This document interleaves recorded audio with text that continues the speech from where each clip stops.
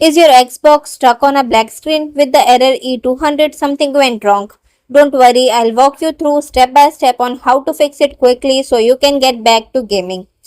The E200 error usually shows up when your Xbox One or Xbox Series X has a problem starting up, often caused by a failed update, corrupted system files, or a glitch in the console software. First, try the easiest fix. Restart your console. Hold the Xbox power button for 10 seconds until it shuts down. Wait a few seconds, then power it back on. Sometimes this alone clears the error.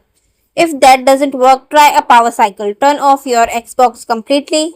Unplug the power cable from the back. Wait about 1 to 2 minutes.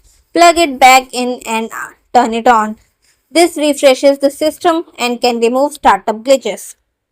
If the error is still there, you'll need an offline system update. Here is how. On a PC, download the latest Xbox update from the official Xbox website. Extract the file to a USB drive formatted as NTFS.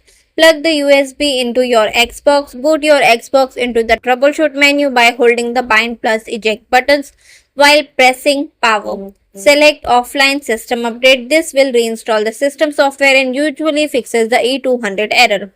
If that doesn't work, you can try a factory reset. Warning, this may erase your games and apps, but you can keep your saved data in the cloud if you are online. Go to the troubleshoot menu and choose reset this Xbox. And that's it. By following these steps, restart, power cycle, offline update, or reset, you should be able to fix Xbox error E200 and get back to gaming. If this video helped, don't forget to like, subscribe, and share with other Xbox players.